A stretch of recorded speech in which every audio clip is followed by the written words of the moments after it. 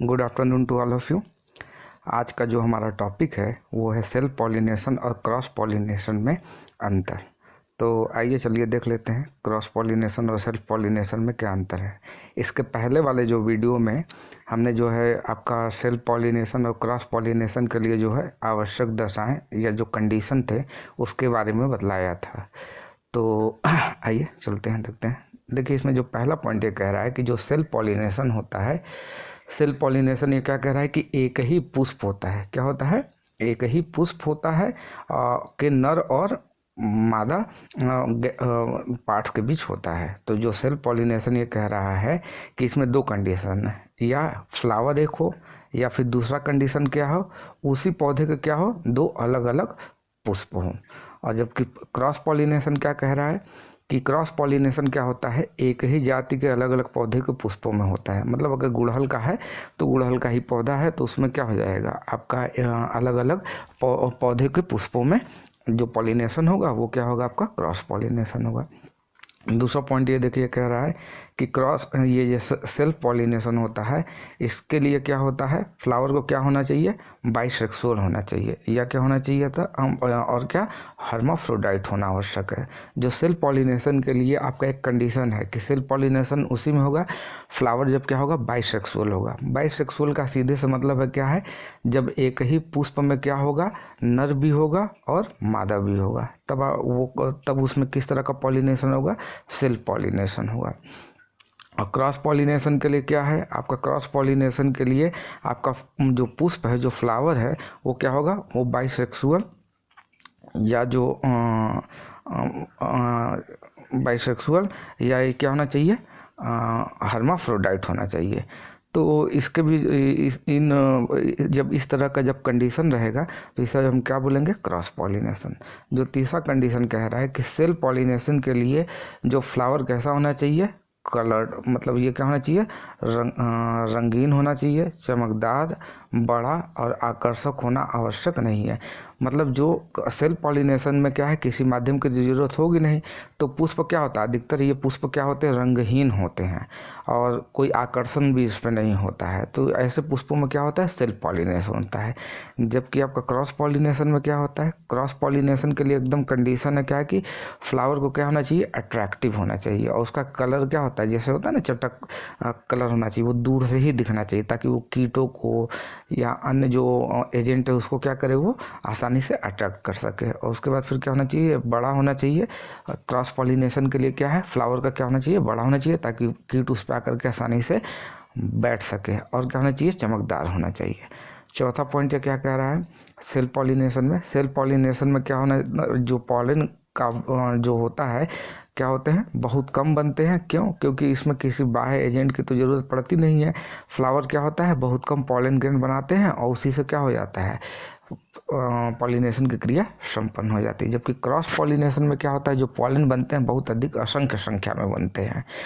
तो इसमें क्या होता है, अधिक संख्या में होने से क्या होता है, इनकी एनर्जी क्या होती है, अधिक व्यय होती है। क्योंकि मान लीजिए एक प्लांट है, अब एक पौधा है और ये दूसरा पौधा है, तो भाई अब इस पौधे का, मान लीजिए ये पौधा ए है और ये पौधा क्या है, बी है। अब इस पे जो फ्लावर है, इस फ्लावर के पॉलन को क्या करना है, यहाँ पहुँचना है। तो जाहिर सी बात है, अगर 2-4 बनेंगे तो क्या होगा, कोई संभावना तो रहेगी नहीं। जब क्या होंगे, 100-200 की संख्या में बनेंगे, हवा चलेगा, कीट रहेंगे या बहुत से साधन जब रहेंगे, तब क्या होगा, इसका पॉलन क्या होगा, इस फ्लावर के स्टिग्मा पे पहुंच सकता है। या इसका उल्टा भी हो सकता है कि इस फ्लावर का क्या होगा, पॉलन ग्रेन इस फ्लावर के स्टिग्मा पे पहुंच जाएगा। तो ऐसे कंडीशन को क्या बोलेंगे, क्रॉस पॉलिनेशन। तो क्रॉस पॉलिनेशन में क्या होता है, आपका जो बनने वाला पॉलन ग्रेन जो रहता है वो क्या होता है, अधिक संख्या में होता है। अब आइए पांचवा जो पॉइंट कह रहा है कि जो क्रॉस पॉलिनेशन में क्या होता है, एजेंट की आवश्यकता नहीं होती। मतलब इसमें किसी भी कीट, पानी, हवा या मनुष्य या उसकी ज़रूरत नहीं पड़ती। जबकि क्रॉस पॉलिनेशन में क्या कह रहा है, क्रॉस पॉलिनेशन में ये कह रहा है कि जैविक और अजैविक दोनों साधनों की ज़रूरत पड़ती है। अजैविक साधन कौन कौन सा हो गया, आपका हवा हो गया, जल हो गया, तो ये सब क्या है आपके एबायोटिक फैक्टर हैं। और बायोटिक में क्या हो गया, आपका इंसेक्ट हो गया, मनुष्य हो गया, जितने तरह के जंतु हैं जो क्या करते हैं, पॉलिनेशन में मदद करते हैं। अब जो छठवां पॉइंट कह रहा है, सेल पॉलिनेशन के फलस्वरूप बने बीज क्या होते हैं, हल्के होते हैं और क्या होते हैं, छोटे होते हैं, जबकि इनमें से बने बीज अधिक क्या होते हैं, भारी होते हैं और बड़े होते हैं। सातवां पॉइंट क्या कह रहा है, सेल पॉलिनेशन से बनने वाले जो पौधे होते हैं वो क्या होते हैं, अस्वस्थ होते हैं, और पौधे क्या होते हैं, दुर्बल होते हैं, जबकि क्रॉस पॉलिनेशन से बने पौधे क्या होते हैं, अधिक अच्छे होते हैं और ये क्या होते हैं, स्वस्थ रहते हैं। अगला पॉइंट, सेल्फ पॉलिनेशन में क्या होता है, इसमें पौधे का शुद्धता बनी रहती है। मतलब ये सेल्फ पॉलिनेशन का एक उपयोग किया जाता है प्योर लाइन सिलेक्शन के लिए। किसके लिए करते हैं, प्योर लाइन सिलेक्शन। अगर किसी एक कैरेक्टर को हमें प्राप्त करना है तो हम अधिकतर क्या करते हैं, सेल्फ पॉलिनेशन का उपयोग करते हैं। जबकि क्रॉस पॉलिनेशन में क्या होता है, एक से अधिक कैरेक्टर को हमें ऑब्जर्व करना है तो वो क्या होता है, क्रॉस पॉलिनेशन करते हैं। अच्छा जो है क्रॉस पॉलिनेशन को माना जाता है, क्यों, क्योंकि इसमें जेनेटिक डाइवर्सिटी आती है। देखिए सेल्फ पॉलिनेशन कह रहा है कि विभिन्नता एवं विकास की संभावना कम रहती है। जो अगर पौधे में क्या होगा, सेल्फ पॉलिनेशन होगा तो उसमें क्या होगा, उसका विकास की संभावना क्या होगा, कम होगा। जबकि क्रॉस पॉलिनेशन में क्या होगा, इसमें विभिन्नता और विकास की संभावना क्या रहती है, अधिक रहती है। अब ये 10वां पॉइंट क्या कह रहा है कि सेल्फ पॉलिनेशन सेल्फ पॉलिनेशन से जो फ्लावर उत्पन्न होता है तो ये क्या करते हैं, ये वातावरण में क्या करते हैं, अनुकूलन नहीं पैदा हो पाते हैं, क्योंकि अगर पर्यावरण बदल रहा है तो इनके में एक ही तरह का जीन होगा तो वो क्या होंगे, वो बदलते हुए पर्यावरण में अपने को संरक्षित नहीं कर पाएंगे। इसीलिए ये क्या है, सेल्फ पॉलिनेशन का एक डिमेरिट है या इसी को कमी भी कहते हैं। जबकि क्रॉस पॉलिनेशन में क्या होता है, जो बनने वाले जो फ्लावर होते हैं ये पर्यावरण के अनुसार क्या होते हैं, अनुकूलित होते रहते हैं। क्या होते हैं, पर्यावरण के अनुसार अनुकूलित होते रहते हैं। तो ये आपका क्या है, क्रॉस पॉलिनेशन और सेल्फ पॉलिनेशन में अंतर। देखिए क्रॉस पॉलिनेशन और सेल्फ पॉलिनेशन में अंतर हो गया। अब उसके बाद फिर आपका जो है एक जो आपको हम ये बतलाए थे कौन कौन से उसके कंडीशन होंगे उसके बारे में आपको बतला ही दिए थे।